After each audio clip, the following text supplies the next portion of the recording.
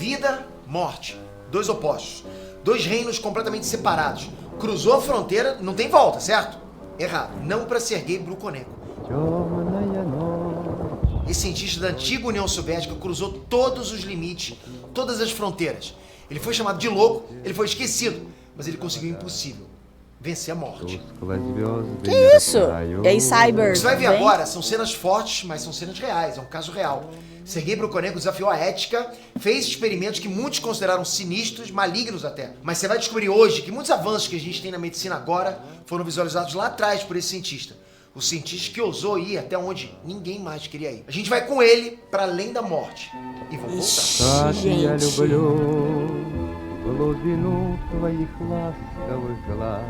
Fala pessoal, Peter aqui. Bom, todo ser vivo já nasce com uma certeza. A morte está lá no final da jornada. É o grande inimigo, é o desafio definitivo da existência. Para a medicina não existe obstáculo maior do que esse. O ser humano talvez seja o único animal com a consciência desses fatos, né? E justamente por isso a gente luta tanto para que a morte nunca chegue. Foi essa vontade de lutar que pautou todo o trabalho de Sergei Brukhonenko. Se você nunca ouviu falar dele, é porque ele foi esquecido até mesmo pelo país. Todo o trabalho de Sergei. Ele foi um monstro. A gente não tá aqui pra julgar ninguém, ok? Mas pra mostrar os fatos. Beleza, Cláudio, dei até mais. Desafiou todos os limites, principalmente o limite da morte. Volte para os filmes. Sergei Brukhonenko é o nosso protagonista de hoje. E eu garanto que você vai se impressionar. Mas antes, deixa eu falar com você. Esse canal tá começando. Esse, se não me engano, é o 9º vídeo. Tá tão no começo que eu consigo contar os vídeos. E por que eu tô falando isso pra você? Porque a gente precisa muito da sua inscrição. É um canal que você vai falar assim, Pedro, é um canal onde você conta casos reais, como o próprio nome diz. Mas é diferente. Não é um canal que eu conto casos reais como o evento em si. Mas é sempre na perspectiva de uma pessoa, sabe? De uma pessoa contando. A gente vê pelos olhos dessa pessoa. Isso é diferente. A gente tem que fazer muita pesquisa para chegar nesse roteiro, para chegar nessas histórias para vocês. Então eu acho que é algo que vai agregar muito para vocês. Se vocês quiserem, se inscrevam aqui nesse canal, ativa o sininho, vai ajudar muita gente nesse começo de trabalho. Obrigado de coração. Sergei Sergeyevich Brukhonenko nasceu em 30 de abril de 1890, na pequena cidade russa de Kozlov. Ele era filho de engenheiro civil e herdou do pai essa vontade de construir coisas. Sergei ainda era um adolescente quando fez sua primeira invenção. Eu não vou conseguir tancar o nome desse cara até o final do vídeo, não, mano. Bicicleta, mas bicicletas já existiam, claro.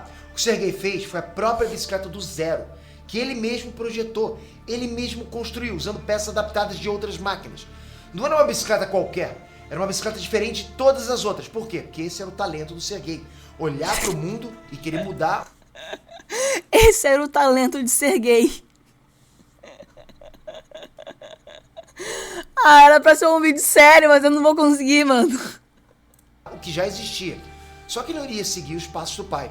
Ele iria construir coisas, mas não no mundo da engenharia. Sergei Brukhonenko foi para a capital Moscou para estudar medicina na mais conceituada universidade russa da época. O futuro parecia certo, garantido. O futuro como médico conceituado, entende? Com um diploma embaixo do braço. Infelizmente, ou felizmente, o destino tinha outros planos para o Sergei. No ano que ele terminou a graduação em medicina, foi o ano que começou a Primeira Guerra Mundial. A Rússia não precisava de médicos nos hospitais ou nos postos de saúde ou nos consultórios. A Rússia precisava de médicos no campo de batalha, na linha de frente. Sergei saiu dos portões da faculdade diretamente para o inferno. Ele foi convocado como médico júnior de um pelotão de infantaria. Foi ali que o Sergei teve o primeiro contato com aquela que se tornaria a maior oponente dele, a morte. Ele viu a dor e o sofrimento de dezenas, centenas de soldados levados pela morte por causa dos ferimentos mais devastadores possíveis. Sergei se sentiu inútil. Ele não contabilizava as vidas que ele podia salvar, mas aquelas que ele perdia para a morte. Bastava um tiro, um estilhaço no pulmão, no coração ou numa artéria principal e o Sergei é comum nos países eslavos, aparentemente. Via a vida se esvaindo de soldados mais jovens do que ele, vidas perdidas sem propósito. Não podia ser assim, não devia ser assim. Sergei ficou com aquilo na cabeça, sabe? E se houvesse uma forma de prolongar a vida? Se houvesse uma forma de vencer a morte? Mesmo sem o coração, mesmo sem o pulmão, mesmo sem sangue, trazer aqueles soldados de volta à vida, de volta para as famílias deles. Se pelo menos fosse possível manter aqueles soldados longe da morte o tempo suficiente para operar os órgãos destruídos, fechar os ferimentos, estancar o sangue. Em 1917, a Rússia saiu da guerra para viver uma revolução. Em 1917, Sergei Brukhonenko voltou para casa trazendo um trauma que ele nunca conseguiria superar. Entre 1919 e 1926, ele trabalhou no Departamento de Patologia Clínica e Terapia do Hospital Militar de Lefortovo, nos arredores de Moscou. Ali, o inferno continuou. Ali, ele atendeu uma leva quase infinita de pacientes com tifo, pacientes com malária. Ali, de novo, ele viu a morte vencendo. De novo e de novo. Foi só em 1923, já com 33 anos, que Sergei Brukhonenko começou a se preparar para dar o troco, para reverter a morte. Em 1923, ele deixou de ser um médico que cuidava das doenças do dia a dia para se tornar um cientista obcecado com a maior de todas as doenças, o fim da vida. Foi quase acidental. Um estudo levou a outro. Sergei Brukhonenko estudou os efeitos da droga Suramin, capaz de induzir uma espécie de hemofilia artificial. Como assim? O sangue, sob efeito de Suramin, não coagulava. Sergei passou a usar a Suramin em transfusões de sangue entre pacientes. Um estudo levou a outro e um estudo levou à pergunta: e se esse sangue que não coagula estiver completamente fora de um ser vivo? Em 1926, Sergei Brukhonenko combinou o conhecimento que ele tinha médico com a vocação natural para a engenharia. Ele desenvolveu um aparato mecânico para bombeamento artificial de sangue vivo. Eram duas bombas conectadas por um sistema de válvula. Era uma máquina. Era uma máquina da vida, né, que ele batizou de autoinjetor. A essa estrutura, ele conectou os pulmões de um doador. O autoinjetor bombeava sangue venoso para um oxigenador. Uma outra bomba bombeava o sangue oxigenado dos pulmões do doador para a circulação do animal em tratamento. Tanto o sangue do doador quanto dos animais experimentais foram tratados com anticoagulante Suramin. Para todos os efeitos, seria o que a gente chamaria hoje de aberração. Uma fusão de máquina e carne. Um mecanismo quase artesanal, mas funcionava. Para fazer o teste definitivo, Sergei Brukhonenko parou o coração de um cachorro. O bombeamento natural do sangue foi interrompido. Para todos os fins clínicos, aquele cachorro morreu. Quando o autoinjetor foi ligado, o cachorro voltou. O cachorro permaneceu vivo por 2 horas graças à máquina. Que isso? O sangue saía do corpo do cachorro, passava pela máquina, passava pelo pulmão de outro cachorro e voltava. Era o dia 1º de novembro de 1926. Esse é considerado o primeiro experimento do tipo realizado no mundo inteiro. A tecnologia de bombeamento externo já existia, mas nunca tinha sido testada depois da morte clínica. Sergei Brukhonenko tinha quebrado a primeira barreira. Ô, louco! Se o coração para, o organismo morre. Não, a cobaia canina tinha morrido, mas tinha voltado graças aos aparelhos. Essa mesma cobaia foi mantida viva por mais 2 horas, sem que o coração funcionasse. Sergei Brukhonenko não parou por aí. Aquilo tinha sido só o primeiro passo, a primeira vitória contra a morte. Era pequena, mas era uma vitória inédita na história da humanidade. Daí pra frente ele não parou mais, sempre experimentando um passo além. Tudo isso levou ao curta-metragem Experimentos na Ressurreição de Organismos. Nossa! E aí, Matheus? Não é uma obra de ficção, ok? É um documentário com o roteiro do próprio Sergei Brukhonenko e a participação dele. O documentário chocou a comunidade científica. É um registro reencarnado de todos os experimentos realizados. Tem até medo que vai passar aqui. A partir de agora, as cenas são realmente chocantes. Se você tem algum tipo de sensibilidade, eu recomendo que você não assista. São experimentos com animais que certamente seriam proibidos hoje, em qualquer lugar do mundo, mas aconteceram na União Soviética em 1940. O documentário já abre com a imagem de um coração. Não é um desenho, não é uma ilustração. É um coração real de um cachorro do lado de fora do corpo.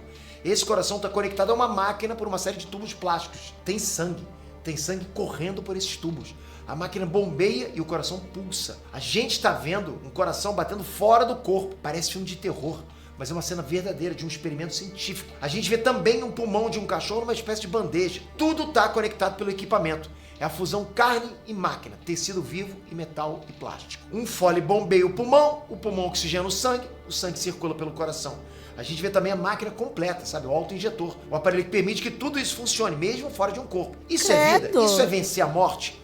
Ou será que o Sergei Brukhonenko foi longe demais, brincou de Deus? A cena mais chocante vem depois. É uma cabeça. É uma cabeça de cachorro separada do corpo. Tudo que a gente conhece de vida... não. Não dá não, mano. Pra mim não dá não. Vou fazer um podcast. Morte diz que isso é impossível. Quero ver o vídeo não, mano. Tá amarrado, não gosto dessas coisas. Sem o corpo. Mas essa cabeça está conectada com o autoinjetor. O sangue entra, o sangue sai. E a cabeça está reagindo. Tá amarrado. Testemunhos contam que esse experimento já tinha sido realizado antes pelo Sergei Brukhonenko diante de uma plateia. Nesse experimento, ao vivo, a cabeça tinha chegado a engolir um pedaço de queijo. Para onde que foi? Para lugar nenhum.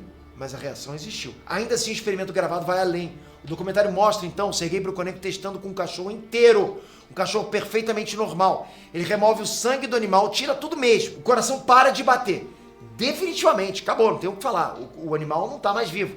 Passam-se 10 minutos sem nenhum movimento. Não existe nenhum batimento cardíaco. Nenhuma parte do cachorro reage a mais nada. Então o médico religa o autoinjetor.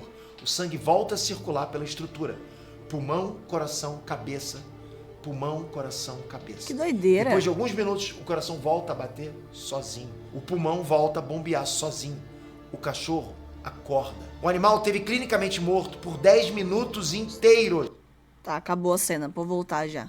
E o experimento trouxe o bicho dos braços da morte. Segundo Sergei Porque tirou porque eu não queria ver o cachorro. Brukhonenko, o cachorro levou uma vida normal depois disso. Qual a explicação para isso? Necromancia? O Dr. Brukhonenko conseguiu quebrar a barreira entre a vida e a morte e teria conseguido revolucionar a medicina? Bom, infelizmente, ou felizmente, o destino tinha outros planos para Sergei de novo. No mesmo ano em que ele gravou experimentos na Não, não vi ressurreição sozinho. Eu tava olhando pra cá, não tava olhando pra cá. de organismos, foi o ano que começou a Segunda Guerra Mundial. Uma guerra muito mais devastadora, uma guerra muito mais pesada pro povo soviético. Foi como se a própria morte estivesse punindo uma nação inteira por causa Gente, dos que experimentos. loucura é essa? Cerca de 27 milhões de soviéticos morreram nessa guerra para deter a ameaça do nazismo. Cerca de 30% de toda a infraestrutura do país virou ruína. A economia foi destruída.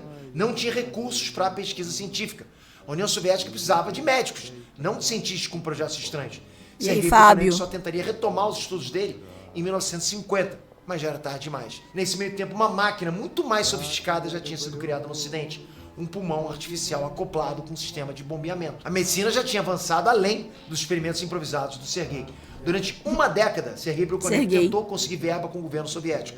Teve acesso a cadáveres humanos para estudo, mas não tinha mais forças para avançar. Ele estava perdendo a mais antiga das batalhas. Em 1960, Sergei Brukhonenko foi finalmente derrotado. A morte venceu e levou ele embora, sem chance de retorno. Nossa!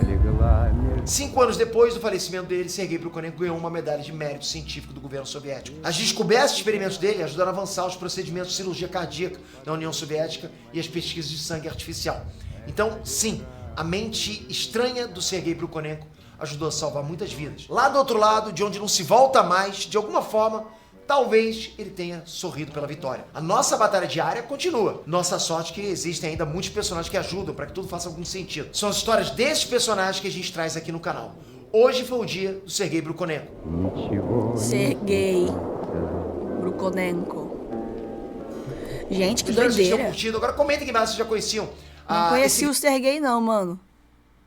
Mano, muito louco. É realmente o Orochimaru da vida real. Mano, mas esse negócio aí, tipo, de experimento, tá ligado? Tipo, com os animais vivos e tal, eu acho muito paia, mano. Pô, os cachorros estavam vivos, tá ligado? Ou foram revividos depois, né? É muito louco, mano.